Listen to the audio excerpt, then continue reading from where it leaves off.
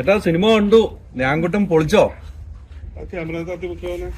ഞാൻ പറഞ്ഞു കൊടുത്ത പോലെ തന്നെ വിനീതും ധ്യാനും നന്നായി ചെയ്തു. ഒന്നും പറഞ്ഞു കൊടുത്തിട്ടില്ല. ഇങ്ങനെ ഒന്നും തെറ്റാതെ അവിടെ ചെയ്തു. എനിക്ക് തന്നെ അത്ഭുതമായി. ഒന്നും പറഞ്ഞു കൊടുക്കാതെ ഒന്നും എല്ലാം പറഞ്ഞു കൊടുത്ത് ഒന്നും തെറ്റിച്ചില്ല, എല്ലാം കറക്റ്റ് ചെയ്തു. ഇങ്ങനെ പറഞ്ഞു കൊടുക്കുന്നത് ഒന്നും തെറ്റാതെ ചെയ്യുന്ന ആൾക്കാർ വേറെ കാണുമെന്നുള്ള പ്രയാസം. എങ്കിലും ധ്യാന്റെ പെർഫോമൻസ് കണ്ടിട്ട് ഒരു ഒരു അച്ഛനെന്ന നിലയില് താൻ കൂടെ സ്നേഹിച്ച ഒരു രംഗത്താണല്ലോ, അപ്പം അതില് അഭിമാനം കൊള്ളുന്നുണ്ടോ? എല്ലാം ഞാൻ പറഞ്ഞ വിദ്യയാണ്. അപ്പൊ എനിക്കൊന്നും പുതുതായിട്ട് തോന്നിയില്ല. നല്ലൊരു വിദ്യാർത്ഥിയാണ്. അദ്ദേഹം പറഞ്ഞു കൊടുക്കുന്ന പോലെ അവൻ ചെയ്തു. ഇപ്പം ബേസിക്കലി സിനിമ കണ്ട എല്ലാ പ്രേക്ഷകരും പറയുന്നതെന്ന് പറഞ്ഞത് ശ്രീനേട്ടന്റെ പഴയ ശ്രീനേട്ടൻ എഴുതിയ പല ചിത്രങ്ങളിലെയും ഓർമ്മ വന്നു. ഞങ്ങൾക്കടക്കം പല നൊസ്റ്റു അടിച്ചു. ലാലേട്ടനെയും ശ്രീനേട്ടനെയും ഇടക്കിടക്കൊക്കെ ശ്രീനില് മിന്നി മാഞ്ഞു പോയി എന്ന ഒരു അഭിപ്രായമൊക്കെ പല ആളുകൾ രേഖപ്പെടുത്തുന്നു. അപ്പം ശ്രീനേട്ടനും ആ നൊസ്റ്റു കിട്ടിയോ? അത് കിട്ടി. ഒരു ദാസനും വിജയനെയൊക്കെ ചെറുതായിട്ട്. ഈ പണ്ട് 10 വർഷം മുമ്പ് ഞാൻ സിനിമയിലൊന്നും അഭിനയിക്കാമെന്ന് ചോദിച്ചപ്പം വർക്ക് പറഞ്ഞ് ഓടിച്ചതാ, ഓർക്കുണ്ടോ? അതിപ്പോ എങ്ങനെ പോകണ്ട, അഭിമാനമല്ലേ? അന്ന് വഴക്ക് പറഞ്ഞുകൊണ്ടാണ് ഞാൻ ഇത്രയും നന്നായത്.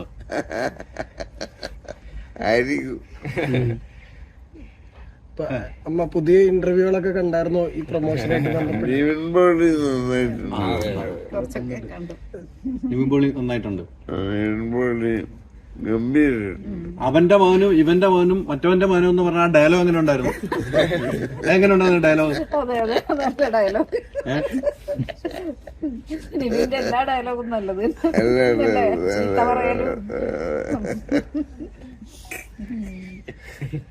ഈ മലയാളികൾക്ക് ഏറ്റവും ഇഷ്ടപ്പെട്ട സ്പൂഫുള്ള സർക്കാസമുള്ള ചിത്രങ്ങളാണ് ശ്രീനേട്ടൻ ചെയ്തു വെച്ചിരിക്കുന്നത്. അതൊരു കൾട്ടായിട്ട് കൂട്ടുന്ന ചിത്രങ്ങളാണ്. അപ്പൊ പിന്നീട് ഇപ്പം നോക്കാൻ നേരത്ത് വിനീതേട്ടൻ ബേസിക്കലി അത്തരത്തില് സ്പൂഫൊക്കെ ചിലയിടത്തൊക്കെ ഇങ്ങനെ ഇപ്പോഴത്തെ മലയാള സിനിമയുടെ കറന്റ് സിറ്റുവേഷന്, കറന്റ് സിനാരിയോ ഒക്കെ ഇങ്ങനെ മെൻഷൻ ചെയ്തു പോകുന്നുണ്ട്. അപ്പൊ അത് എങ്ങനെ ഉണ്ടായിരുന്നു? എൻജോയ് ചെയ്തു? തീർച്ചയായിട്ടും അതിനകത്ത് കണ്ടപ്പോ എല്ലാ ഭാഗങ്ങളും ഏറ്റവും ഇഷ്ടപ്പെട്ടത് തോന്നിയതായിരിക്കും. ഏറ്റവും ഇഷ്ടപ്പെട്ടത് ഏതാണ്? ആ ഓരോ സീനുകൾ നോക്കുമ്പോ ഏറ്റവും ഇഷ്ടപ്പെട്ട സീൻ ഏതാണ് ധ്യാൻ ചെയ്തത്? കൗണ്ടറിനൊരു കുറവില്ല. അല്ല എങ്കിലും ഇരുന്ന് കണ്ടാണല്ലോ, അപ്പം നമ്മുടെ മനസ്സിലുണ്ടല്ലോ. നിങ്ങൾ ഇപ്പൊ നേരത്തെ ചോദിച്ച പോലെ ദാസനും വിജയനും എന്ന് പറഞ്ഞ ഒരു കോമ്പിനേഷൻ നമ്മൾ ആ സിനിമയിൽ കാണുന്നുണ്ടല്ലോ. അത് ഇപ്പൊ ധ്യാനിൽ നിന്നും അതോടെ തന്നെ പ്രണവിൽ നിന്നും നമ്മൾ കാണുവാണ്. അതെങ്ങനെയാണ് ഒന്ന് പ്രണവിന്റെ അഭിനയവും ധ്യാന്റെ അഭിനയവും വെച്ച് നോക്കുമ്പോൾ എങ്ങനെയാണ് ശ്രീചേട്ടൻ മനസ്സിലായത്? പ്രണവും ധ്യാനും ഒരുമിച്ച് നല്ലത് ഇല്ലേ?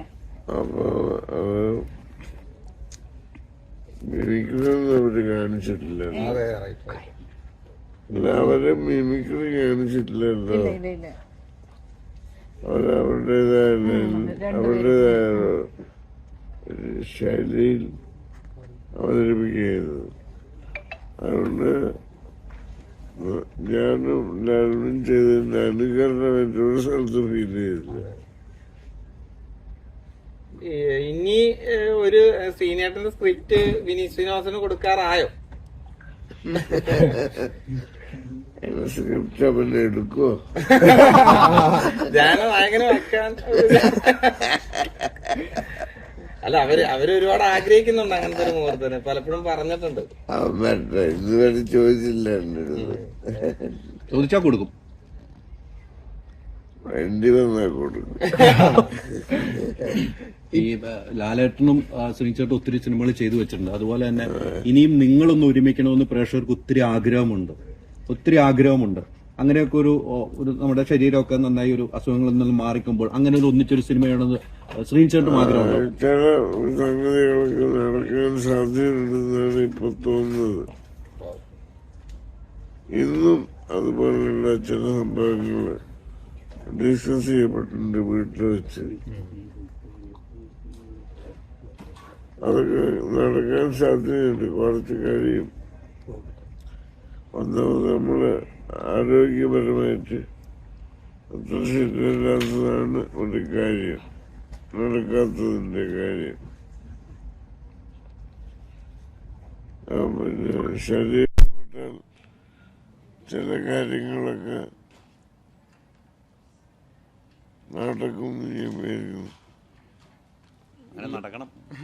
പ്രായമായിട്ടുള്ള ധ്യാനം ഉണ്ടല്ലോ, ഈ പ്രായമായിട്ട് 70 വയസ്സായിട്ടുള്ള ആളായിട്ട് അഭിനയിച്ച ഒരു ധ്യാനെ ശരിക്കും എങ്ങനെയാ സാർ നോക്കി കാണണേ? അല്ല, അതൊക്കെ വന്നിട്ടുണ്ട്, അത് ഞാൻ പറഞ്ഞില്ല. അതൊക്കെ ഞാൻ പറഞ്ഞു കൊടുത്ത ഈ ക്യാരക്ടർ ആർക്കിൽ തന്നെ വളരെ ഡിഫറെന്റ് ആയിട്ടുള്ള സംഗതിയാണ്. ഒരു മനുഷ്യന്റെ പല കാലഘട്ടങ്ങളെ അടയാളപ്പെടുത്തുന്ന ഒരു ക്യാരക്ടറാണല്ലോ ധ്യാൻ ചെയ്തിരിക്കുന്നത്. അപ്പം ബേസിക്കലി ധ്യാന്റെ അഭിനയം ധ്യാൻ ഇവന് ഇത്രയൊക്കെ ആയോ എന്ന് കണ്ടപ്പോ ഒന്ന് തോന്നിയില്ല.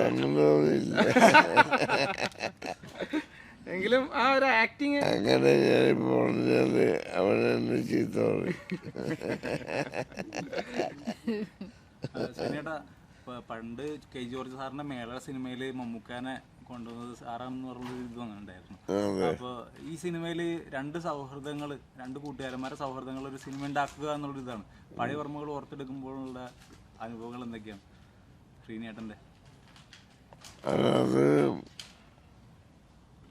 അതിന്റെ ഫിലിം ഇൻസ്റ്റിറ്റ്യൂട്ടില്, ചെന്നൈയിലെ ഫിലിം ഇൻസ്റ്റിറ്റ്യൂട്ടില് പിന്നെ എൻ്റെ അദ്ദേഹമായിരുന്നു പ്രഭാകരൻ എന്ന് പറയുന്നത്. അദ്ദേഹമായിരുന്നു മേള എന്ന് പറയുന്ന സിനിമയുടെ പ്രൊഡ്യൂസർ. അപ്പം അദ്ദേഹത്തിൻ്റെ ദുബായിലുള്ള 2 സുഹൃത്തുക്കളാണ് പ്രൊഡ്യൂസേഴ്സ്. അപ്പം അദ്ദേഹത്തിന് എന്നെ അറിയുന്നതുകൊണ്ട് എനിക്ക് ചില്ലറ ഈ കാര്യങ്ങളിലൊക്കെ വാർത്ത എഴുതാനും ഒക്കെ താല്പര്യമുള്ള ആളാണെന്ന് അറിയാവുന്നതുകൊണ്ട് പുള്ളി മേള ഡിസ്കഷന് അവരുടെ കൂടെ എന്നെയും ഇരുത്തി. തുടക്കത്തില് ആരൊക്കെയായിരുന്നു വെച്ചാൽ ഡയറക്ടർ KG ജോർജ്, പിന്നെ ക്യാമറാമാൻ രാമേന്ദ്ര ബാബു, എഡിറ്റർ രവി, അക്കൂട്ടത്തിൽ ഞാനും. പിന്നെ ശ്രീധരൻ ചപ്പാട് എന്ന് പറയുന്ന ആ സിനിമയുടെ കഥാകൃത്തും മേള ഒരു സർക്കസ് കഥകൾ എഴുതിയിരുന്ന ഒരാളാണ് എൻ്റെ നാട്ടുകാരനായ ശ്രീധരൻ ചമ്പാട്. അദ്ദേഹം ഉണ്ടായിരുന്നു. അപ്പോൾ ഒരു ബൈക്ക് ഓടിക്കുന്ന ബൈക്ക് അഭ്യാസങ്ങൾ കാണിക്കുന്ന, ബൈക്ക് വെച്ച് അഭ്യാസങ്ങൾ കാണിക്കുന്ന ഒരു ക്യാരക്ടർ, അതിനെ പറ്റിയുള്ള കാര്യങ്ങളൊക്കെ ഇങ്ങനെ വന്നപ്പോൾ അത് അഭിനയിക്കാൻ ആരും തീരുമാനിച്ചിട്ടില്ല. അപ്പോൾ എനിക്ക് പരിചയമുള്ള ഒരാളുണ്ട്,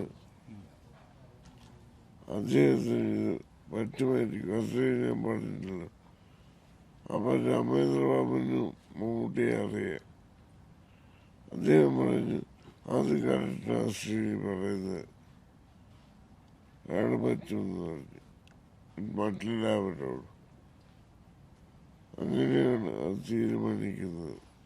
ഈ സാമി ലോഡ്ജിൽ താമസിച്ചിട്ടില്ല, അവിടെ ലോഡ്ജിൽ താമസിച്ച ഓർമ്മ എങ്ങനെയാണ്? ഇപ്പൊ ഈ സിനിമ കണ്ടപ്പോ ലോഡ്ജൊക്കെ കാണിക്കുന്നുണ്ടല്ലോ, പണ്ടൊക്കെ ഒത്തിരി പേര് താമസിച്ചു. ഞാൻ മോഹൻലാലിനെ ആദ്യമായി കാണുന്നത് സാമി ലോഡ്ജിലാണ്. അവിടെ വെച്ച് ഞങ്ങൾ ആദ്യം കാണുന്നത് സുരേഷ് കുമാറിന്റെ കൂടെ മഞ്ഞിൽ വിരിഞ്ഞ പൂക്കൾ എന്ന് പറയുന്ന സിനിമയ്ക്ക് കഴിഞ്ഞിട്ട് അധികമായിട്ടില്ല. അപ്പം മോഹൻലാൽ സാമി ലോഡ്ജിൽ വന്ന് താമസിക്കുക സുരേഷിന്റെ കൂടെ. ബാക്കി പ്ലാനുകളൊന്നും ആയിട്ടില്ല. അപ്പോൾ ഞാൻ സ്വാമിസിനോട് ഇടയ്ക്ക് മാത്രം പോകുന്ന ഒരാളാണ്, ഞാൻ അവിടെ താമസിക്കാറില്ല. അങ്ങനെയൊക്കെ പോയപ്പോഴാണ് ഇവരെ കാണുന്നത്. അങ്ങനെയാണ് കണ്ടത്. അന്ന് സിനിമയുടെ കാര്യങ്ങളൊന്നും സംസാരിച്ചു. സുരേഷ് കുമാർ ഉണ്ടായിരുന്നു മോഹൻലാലിന്റെ കൂടെ. ഈ പഴയ കോടമ്പക്കം ഇപ്പം റീസെറ്റ് ചെയ്തിരിക്കുകയാണല്ലോ. അത് അരൂര് സെറ്റ് ഇട്ടിട്ടാണ് വിനീത് ഏട്ടൻ അത് ചെയ്തിരിക്കുന്നത്. അരൂരിലോ? അരൂര് സെറ്റ് ഇട്ടിട്ടാണ് കോടമ്പക്കം ചെയ്തിരിക്കുന്നത്. അത് എങ്ങനെ ഉണ്ടായിരുന്നു അത് കണ്ടപ്പം? അതൊക്കെ നമ്മുടെ ഉദയനാരായണൻ പറഞ്ഞ സിനിമയിലും കോടമ്പക്കം കുറച്ചൊക്കെ ഇതിനകത്ത് പിന്നെ സലീം കുമാറിന്റെ ക്യാരക്ടർ പിന്നെ ജനറേഷനായിട്ട് അഭിനയിക്കാൻ വേണ്ടി ഒരു വണ്ടി വരുമ്പോ അതൊക്കെ അതുപോലെ സെറ്റിട്ടാണത്. കോടമ്പക്കത്ത് സ്ഥിരമായിട്ട് കാണുന്ന ഒരു സംഭവമാണ്. വന്നു ഹീറോ വന്നു കേറി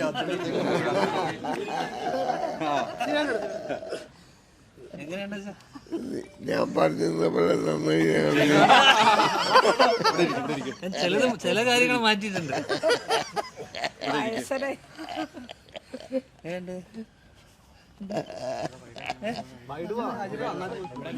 അച്ഛൻ പറഞ്ഞ എന്നാന്നറിയോ? അച്ഛൻ പറഞ്ഞു തന്നതാണ് അഭിനയിക്കേണ്ട രീതിയും വിനീതിന്റെ അടുത്ത് ഡയറക്റ്റ് ചെയ്യണം. അത് അതേപടി നിങ്ങൾ അനുസരിച്ചു എന്നാണ് അച്ഛൻ പറഞ്ഞത്. എല്ലാം പറഞ്ഞു എപ്പോഴാ പറഞ്ഞത്? എപ്പോഴാ പറഞ്ഞെന്ന് പറയണം. എപ്പോഴാ പറഞ്ഞെന്ന് എപ്പോഴാ പറഞ്ഞ കൊടുത്ത? രാത്രി ഞാൻ പറഞ്ഞു കൊടുത്ത് അവരുടെ ഓർമ്മയില്ല. ഉറപ്പായിരുന്നു ഉറക്കിയപ്പോഴാ പറഞ്ഞു. എങ്കിലും ധ്യാനേട്ടന്റെ സിനിമ കണ്ടിട്ട് ഒരു പ്രൗഡ് മൊമെന്റ് ഉണ്ടായ രീതിയിൽ തന്നെയാണ് അച്ഛനും അമ്മയും ഇവിടെ ഇരിക്കുന്നത്. ഞങ്ങൾക്ക് അത് പറഞ്ഞു ഇവരുടെ ഓർമ്മകൾ അത് പറഞ്ഞു ലാലേട്ടനെ കണ്ട അവിടെ വെച്ചാന്നൊക്കെ പറഞ്ഞു. പിന്നെ 10 വർഷം മുമ്പ് ആ ചീത്ത പറഞ്ഞ് വിട്ടോണ്ട് നന്നായിന്ന് പറഞ്ഞു. അപ്പൊ ഞാനൊരു വാശിയായിട്ട് എടുത്തു പറഞ്ഞു. വാശിയായിട്ട് എടുത്താണോ അന്ന്? ഈ ഒരു രാത്രിക്ക് വേണ്ടി കാത്തിരിക്കുന്നു. എന്തായാലും അതൊരു ഭയങ്കര മുഹൂർത്തമല്ലേ? തീർച്ചയായിട്ടും ഞാനും ഒരു വലിയ മുഹൂർത്തത്തിന്റെ സമയമാണ്. അച്ഛനും അമ്മയും ഒന്ന് സിനിമ കാണുന്നു. അതിന് ധ്യാനോടെ എത്തുമ്പോൾ അച്ഛൻ ആ സിനിമയെ കുറിച്ച് പറയുന്നു. ഞാൻ്റെ ഏറ്റവും ഒരു സ്വപ്നം പോലെയാണ് ഇത് അല്ലേ?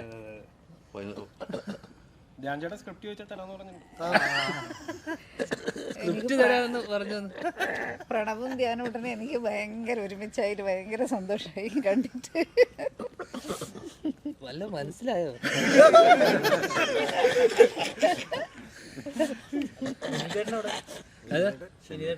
പുള്ളി പോയിന്നോ അല്ലെ? PVR മറ്റേ സമരം കഴിഞ്ഞിട്ട് പോയിന്നോ? ഈ ഒരു രാത്രിക്ക് വേണ്ടിയുള്ള കാത്തിരിപ്പാണല്ലോ. അതെ അതെ. തിരക്ക് ശേഷം 2 പേരും കൂടെ വീണ്ടും ഒന്നിച്ചൊരു സിനിമ. അതിന്റെ ഒരു പ്രൗഡ് മൊമെന്റ് എന്താ? പുറത്തുനിന്ന് കിട്ടുന്ന ഒരു റെസ്പോൺസ് കൂടി ഉണ്ടാവില്ല. അല്ല, ഞാൻ ഇന്ന് കണ്ടപ്പോഴേ പലരും നമ്മുടെ ഈ ഇന്റർവ്യൂ പരിപാടികളൊക്കെ കാണുന്ന പലരും അവരൊക്കെ ശരിക്കും ആഗ്രഹിച്ചു കണ്ടിരുന്നു എൻ്റെ ഒരു നല്ല സിനിമ വരണമെന്നും അപ്പം ആ കുട്ടി ഒന്ന് സന്തോഷിച്ചോട്ടെ എന്നൊക്കെ. എൻ്റെ കഴിഞ്ഞ ദിവസത്തെ പലരും പറയുന്നത്, ഇന്റർവ്യൂ കണ്ട ഇഷ്ടപ്പെട്ട ആൾക്കാരൊക്കെ പറയുന്നത് അവൻ എങ്ങനെയെങ്കിലും ഒന്ന് സന്തോഷിച്ച് കണ്ടാ മതിയെന്ന്. ഇനിയെങ്കിലും നല്ല പടം ചെയ്യും, നന്നായിക്കൂടെ, അങ്ങനെയൊക്കെയാണ്. ഇനി ധ്യാൻ ഇപ്പൊ ചെയ്ത പടം കണ്ടല്ലോ ശ്രീചേട്ടാ, ഇനി ധ്യാൻ ചെയ്യാൻ ഭാവിയുണ്ടോ? ഇനി ഭാവിയുണ്ടോ? ഇനി നല്ല സിനിമയുള്ള ഭാവിയുണ്ടോ? ഞാൻ പറഞ്ഞു കൊടുത്തോളാം.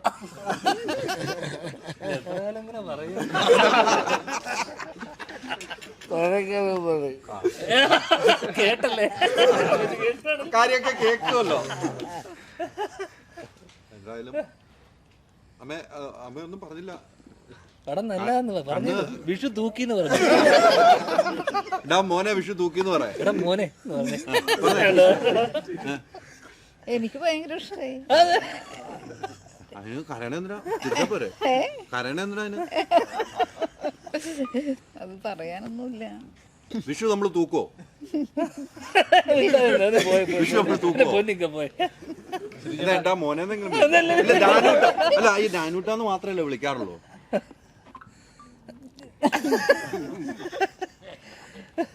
പോയാലോ?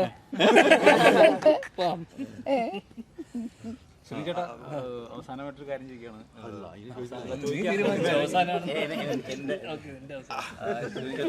അത് നിങ്ങളുടെ അവസാനം.